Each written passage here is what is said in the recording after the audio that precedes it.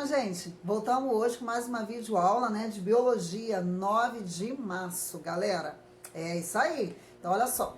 Hoje a nossa aula vai ser sobre, tá, a apostila que vocês receberam, tá bom, amores? Ou vão receber. Não se preocupe que todos vão receber essa apostilazinha aí de Biologia, tá? Eu queria que vocês pegassem, primeiramente, a apostila, coloquem o nome de vocês completo e a sala. Beleza, nono ano? Então, vai lá. Nome e sala na apostila, para que nós possamos estar identificando. Caso alguém esqueça aí na escola, a gente já sabe quem é o aluno e a sala. Beleza? Então, foi lá todo mundo? Direitinho? Gente, não se preocupe que todos vão receber essa apostila de biologia, tá bom? Bom, quando a gente está falando de biologia, nós vamos abrir na primeira página, né? Página 1, eu numerei, onde você tem lá as células. Então, já sabe que nós vamos abordar um pouco sobre as células. É verdade, galera. A gente vai falar um pouco sobre a composição, tá? A diferença de uma célula animal, uma célula vegetal, a diferença de uma célula procariontes e eucariontes, isso aí. Biologia vai falar sobre isso. Não se preocupem, tá? Que do ladozinho da apostila de vocês, ele também tá fazendo um resumozinho sobre as organelas ou organóides, beleza? Quando nós abordamos aí em biologia, nós abordamos o primeiro tema aí. Estão lembrados? O que nós falamos na aula passada? Então, nós fechamos aí os níveis de organização dos seres vivos, né? Que trabalha ecologia. Quem é que lembra? Quando nós falamos essa palavrinha ecologia, o que vem na cabecinha de vocês?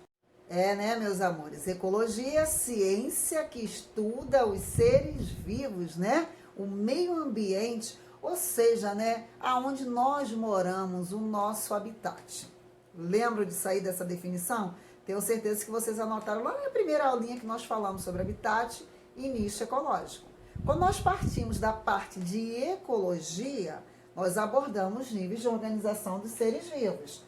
Lembra isso aí? Então, quando nós abordamos níveis de organização dos seres vivos, nós abordamos primeiramente os mais simples. Quem é que anotou, gente? Eu passei aí na semana retrasada o resumozinho de biologia. Retrasada na passada, né? No dia 2 de março. Na semana passada, o resumozinho de biologia, os níveis de organização dos seres vivos. Não tá na apostila. Por isso que eu botei para vocês aí um resumozinho lá no grupinho do WhatsApp. Quem não copiou, vai lá e copia, que isso aí é muito importante. Nós vimos aí nas nossas videoaulas explicações básicas dos níveis de organização. Nós partimos dos átomos até formarmos um organismo, certo? Então, tem toda a definição, um resumozinho aí, ó.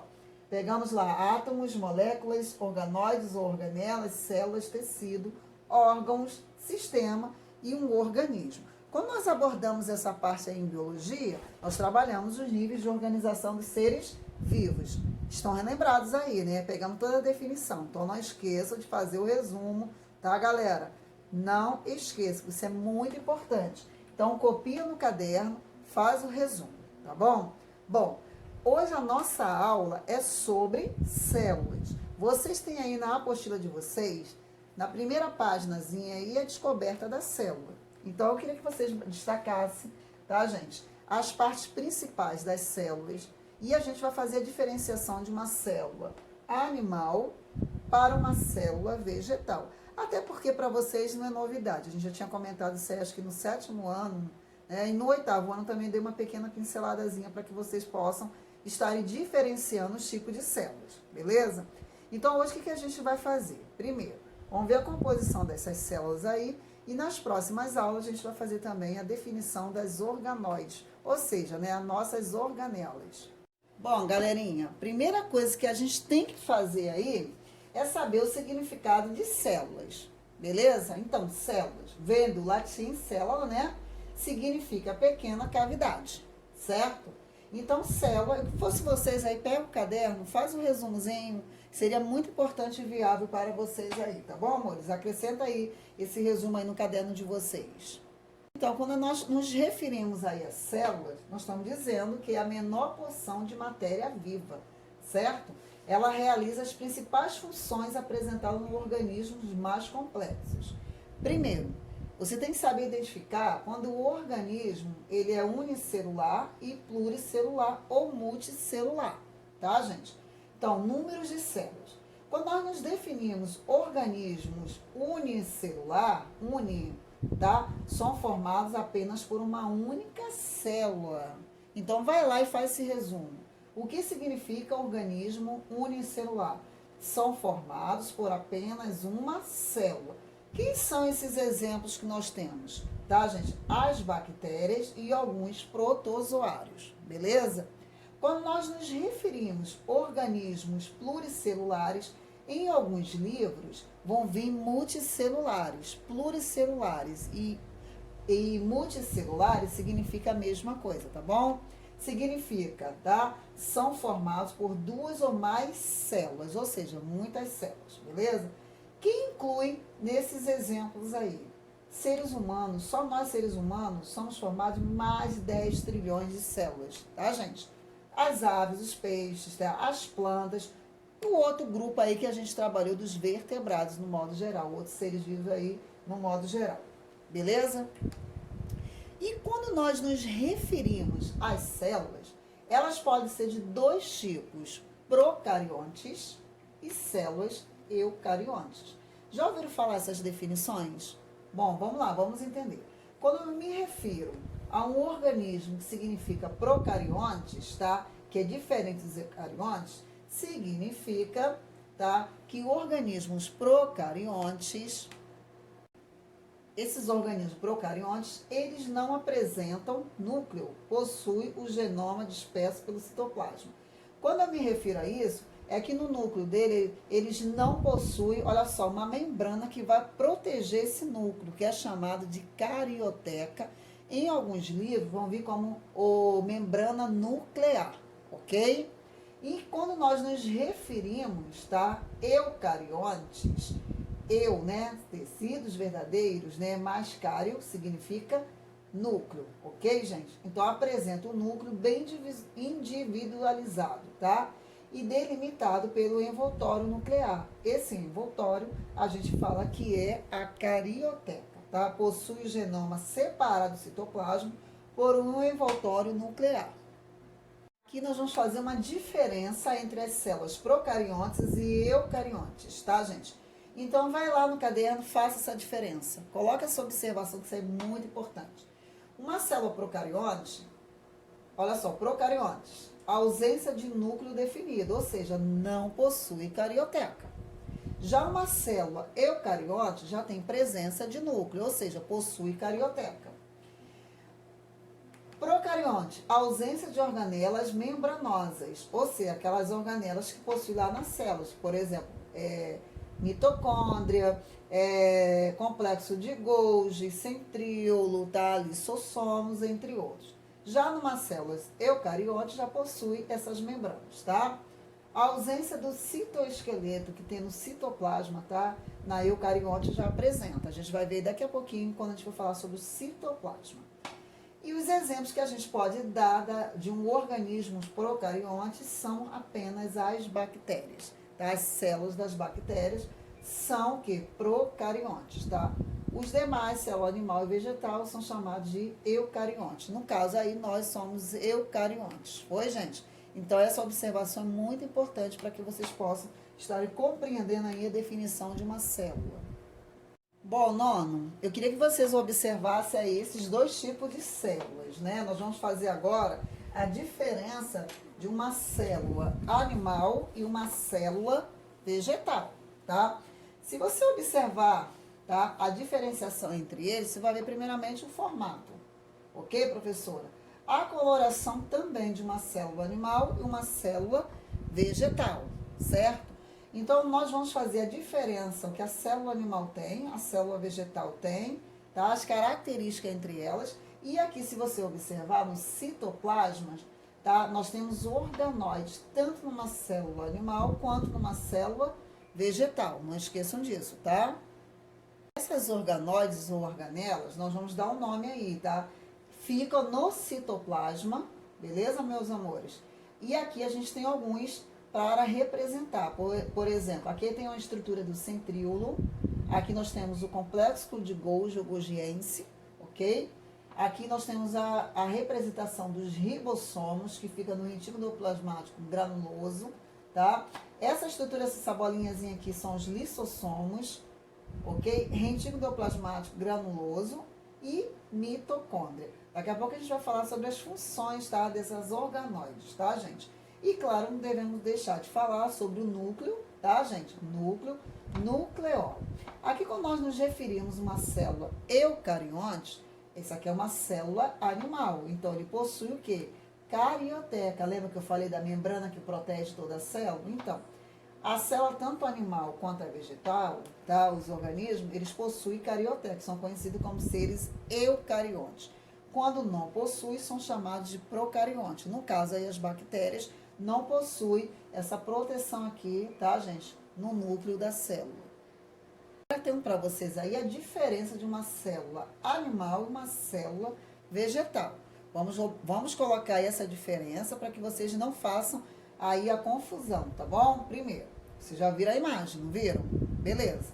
Bom, vamos lá. O que a célula animal tem e que uma célula vegetal tem, tá, gente? Bom, célula animal sem parede celular, com parede celular. Professor, o que é parede celular? Parede celular, se você olhar na célula vegetal, são pequenas estruturazinhas, parece realmente um murozinho, né? Então, isso aqui nós damos o nome de parede celular. Você pode observar que na célula animal não possui parede celular. Outra característica importante, citoplasma é onde fica armazenadas as organelas, certo? Sem cloroplasto, porque os cloroplastos pertencem à célula vegetal, ok, gente? Para realizar a fotossíntese, não esqueçam disso, tá? Formato da célula animal. O formato da célula animal é arredondado, como a gente acabou de ver, né? Enquanto da vegetal, retangular. Então, já dá para você identificar uma célula animal e uma célula vegetal. Essa figura qual vocês estão vendo é uma célula animal. Gente, está igualzinho na apostila de vocês. Então, nós vamos falar primeiramente, tá? As três principais partes de uma célula. Qual é a importância dela, tá, gente? Para o bom funcionamento. Então, a gente tem aí as três partes principais de uma célula. Acho que aqui ficou bem melhor para que vocês possam identificar, tá? A membrana plasmática, vocês estão vendo, o citoplasma e o núcleo, ok? Então, com certeza vocês já têm aí, tá, o resumozinho. Nós vamos falar, então, tá, a função dessas três partes. Bom, amores, qual é a principal função da membrana plasmática, tá, gente? A membrana plasmática, na verdade, aqui é uma película bem fina e elástica, se você observar aqui na célula, tá? Formada por proteínas, olha só, e fosfolipídios, que vai envolver toda a célula, beleza? Gente, ela tem uma finalidade, tá, gente? De delimitar e proteger as células. Exerce também um papel fundamental no controle de substâncias entre o meio, tá, onde ela está, ok? O meio em que se encontra. Por isso, tá, meus amores, a permeabilidade da membrana é classificada como seletiva. Agora, um outro que nós estamos vendo aqui, tá, gente, é o citoplasma. Aqui, né, o citoplasma, estão vendo, né? É um dos principais elementos da estrutura celular, certo? Trata-se de toda a substância que se encontra entre a membrana plasmática, vocês estão vendo aqui, e o núcleo. Beleza, meus amores? Ó, trata-se de toda a substância que se encontra, tá, entre a membrana plasmática e o núcleo, beleza? É formado por um material bem gelatinoso, tá, conhecido como citossol ou hialoplasma. Olha que legal, tá vendo? E suas principais funções são, então vai lá e anota, qual é a principal função do citoplasma? Promover movimentos dentro da célula, ela vai fazer esse movimentozinho, tá, gente? Dentro da célula. Produzir, transportar, armazenar e modificar as moléculas. Então, vocês podem botar lá. Professora, quais são as principais funções do citoplasma? Promover movimentos dentro da célula, produzir, transportar, armazenar e modificar, tá, as moléculas. Para que tudo funcione corretamente, o citoplasma, ele vai dispor, tá, gente, de várias estruturas chamadas de organelas, que a gente vai ver também as funções do ribossomo, do centríolo, complexo de Golgi, tá bom? É o que a gente vai ver mais adiante. E esse aqui é o núcleo, né? O núcleo é o centro de controle das atividades celulares. Então, galerinha, vai lá no caderno e faz o resumo. Olha a outra aí, ó. O núcleo é responsável por todas as funções celulares. Então, todas as atividades celulares, tá bom, amores? Principalmente controle das reações químicas celulares. Foi lá, fez esse resumo? Então, galerinha, caderninho aí na mão, tá? Núcleo, a região da célula, onde se encontra principalmente aquele material genético. A gente vai ver também a questão de hereditariedade, né? Que é chamado de DNA dos organismos, tanto unicelulares como também multicelulares. Vocês viram logo no iníciozinho a definição, certo? O núcleo é o que caracteriza os organismos eucariontes e os que diferencia dos procariontes, que não possuem núcleo. Beleza, amores? Então, olha só, o núcleo é a região da célula onde se encontra o material genético dos organismos, tanto unicelulares como multicelulares. E você já viu a definição aí, tá? Eucariontes e procariontes. E aí, qual é a função do núcleo? Né? O núcleo é como se fosse o nosso cérebro, né, gente? Da célula. Pois é a partir dele que parte todas as decisões, tá? É aonde principalmente localiza os cromossomos, tá? Compostos de moléculas. Esse que nós vemos aí, né? O DNA, ok? Tá? Que carrega todas as informações sobre as características das espécies e participa do mecanismo hereditário. E nós iremos aí no livro de vocês, de ciência da biologia, química e física, já vai falar sobre hereditariedade, ou seja, genética, que nós vamos trabalhar aí a divisão celular, tá? Então, nós vimos no ano passado uma pequena introdução de homozigoto, heterozigoto, e veremos agora de novo no nono ano, tá, gente? O cálculozinho aí sobre genética, certo? Bom, amores, aí está vendo o formato aí do núcleo, né? Presta atenção aqui nessas estruturas do núcleo para a gente poder separar um pouquinho, tá? O núcleo, se você observar aqui, é envolto por uma membrana dotada de poros. Tá vendo esses porozinhos aqui, ó? Esses poros vão facilitar, principalmente, galera, ó, a troca de substância entre o meio interno, tá? E o citoplasma, tá? Não esquece disso. Essa membrana, ela é conhecida como carioteca, tá? Em alguns livros, vai vir membrana nuclear ou membrana ou envoltório também nuclear, ok? A extensão aqui, se você está vendo do núcleo, ela é preenchida por um material bem gelatinoso, aqui no centrozinho, ó, denominada nucleoplasma. Esse material bem gelatinoso, tá? Ele dá o nome de nucleoplasma, tá? Ou em algum livro vai vir cariolinfa.